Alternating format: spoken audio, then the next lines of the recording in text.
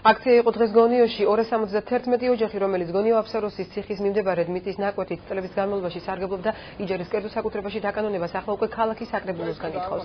აღნიშნული ტერიტორია მათ კერძო საკუთრებაში უკვე ჰქონდათ, თუმცა მხოლოდ რამდენიმე თვით. 2007 წელს საქართველოს პრეზიდენტის ბრძანებულებით ხელვაჩაურის მუნიციპალიტეტის მიწის აღიარების კომისიამ მათ არსებული მიწები დაუკანონა, თუმცა მოგვიანებით ამავე კომისიამ მოწმობები გააუქმა. მიზეზი იქვე არსებული ისტორიული და კულტურული ძეგლი გონიოს ციხე გახდა. დღესვე აქციის მონაწილეთა ერთი ნაწილი ზღვისპირა ზოლში მათ სარგებლობაში არსებული ავტოფარეხებისა და საბოსტნე მიწების სანაცვლოდ კომპენსაციებს მოითხოვდა.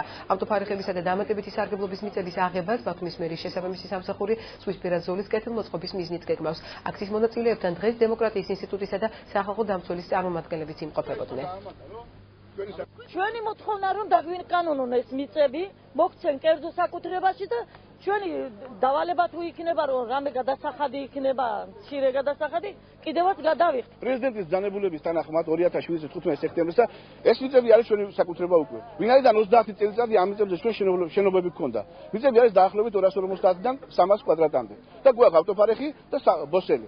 ძალიან მნიშვნელოვანია რომ სახალხო დამცველის ანგარიშით მოხდა ეს ფაქტი და ისიც მიმართავს რეკომენდაციით არასამთავრობო სექტორთან ერთად ხელვაჩაურის საკრებულოს ამ შემთხვევაში უკვე ბათუმის მუნიციპალიტეტს და ბათუმის მერიას რომ აღუდგეს საკუთრების უფლება ამ ოჯახებს, რამე თუ ისინი დღემდე ფლობენ, სარგებლობენ და ბევრი ამ მიწებით ცხოვრობს კიდეც.